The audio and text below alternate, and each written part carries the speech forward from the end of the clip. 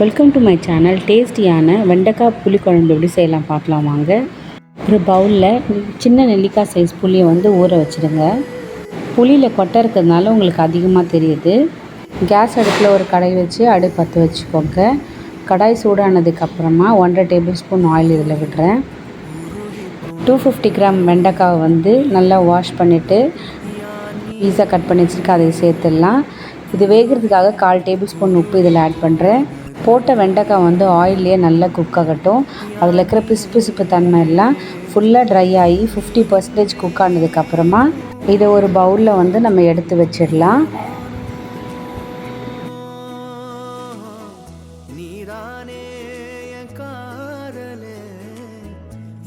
கடாயில் 1.5 table spoon oil விட்டுக்கோங்க. சூடானதுக்கப்புறமா 1/2 டேபிள் ஸ்பூன் கடுகு ஆட் பண்ணிக்கலாம். பல் பூண்டு ஆயிலில் சேர்த்துக்கிறேன். பூண்டோட கலர் லைட்டாக சேஞ்ச் ஆனதுக்கப்புறமா 1/4 டேபிள் ஸ்பூன் வெந்தயம் இதில் ஆட் பண்ணுறேன். மீடியம் சைஸ் 2 வெங்காயம் சின்ன சின்ன பீஸா இதில் கட் பண்ணி இதில் சேர்த்துக்கிறேன். வெங்காயத்தை ஒரு கரண்டி வச்சு நல்லா தடவி விடுங்க. தடவிட்டதுக்கப்புறமா ஒரு கொத்து கருவேப்பிலை இதில் ஆட் பண்ணிக்கோங்க. கருவேப்பிலை போட்டு நல்லா வதக்கி விட்டதுக்கப்புறமா ஒரு மூடி போட்டு நல்லா ரோஸ்ட் ஆகட்டும். அடிக்கடிக்கு மூடி எடுத்து நல்லா கிளறி விடுங்க.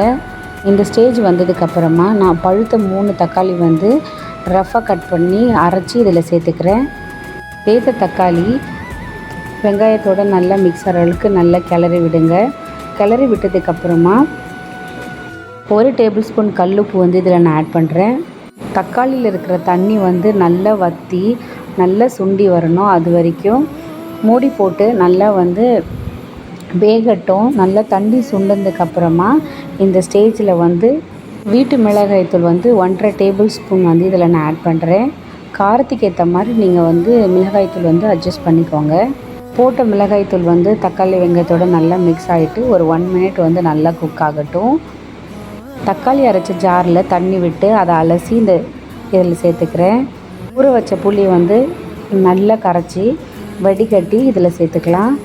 புளி தண்ணி சேர்த்ததுக்கப்புறமா ஒரு கரண்டி வச்சு நல்லா கிளறி விடுங்க. தண்ணி கரெக்டாக இருந்ததுன்னா இது போதும். இல்லை நமக்கு திக்காக இருக்குது அப்படின்னா நீங்கள் எக்ஸ்ட்ரா வாட்டர் கூட இந்த ஸ்டேஜில் நீங்கள் ஆட் பண்ணிக்கலாம். எனக்கு தண்ணி தேவைப்படுறதுனால நான் கொஞ்சம் எக்ஸ்ட்ரா வாட்டர் இதில் ஆட் பண்ணிக்கிறேன். தாராளமாக இது 2 பேர்லேருந்து 3 பேர் சாப்பிடக்கூடிய குழம்பு. ஒரு மூடி போட்டு கொதிக்க விடுங்க. 5 நிமிஷம் ஆனதுக்கப்புறமா மூடி எடுத்து பார்த்தா நல்லா திக்காக இருக்கும். கொதி நல்லா எண்ணெய் பிரிய ஸ்டார்ட் ஆனதுக்கப்புறமா நம்ம வதக்கி வச்சுருக்க வெண்டைக்காயை இந்த ஸ்டேஜில் நம்ம சேர்த்துக்கலாம். வெண்டைக்காய் போட்டதுக்கப்புறமா ஒரு 10 நிமிஷம் நல்லா கொதிக்கட்டும். இப்போ தான் வெண்டைக்காயில் குழம்போட சாறு நல்லா இறங்கி சாப்பிடும் போது ரொம்ப டேஸ்ட்டாக இருக்கும். 10 நிமிஷம் ஆனதுக்கப்புறமா மூடி எடுத்து பாருங்கள்.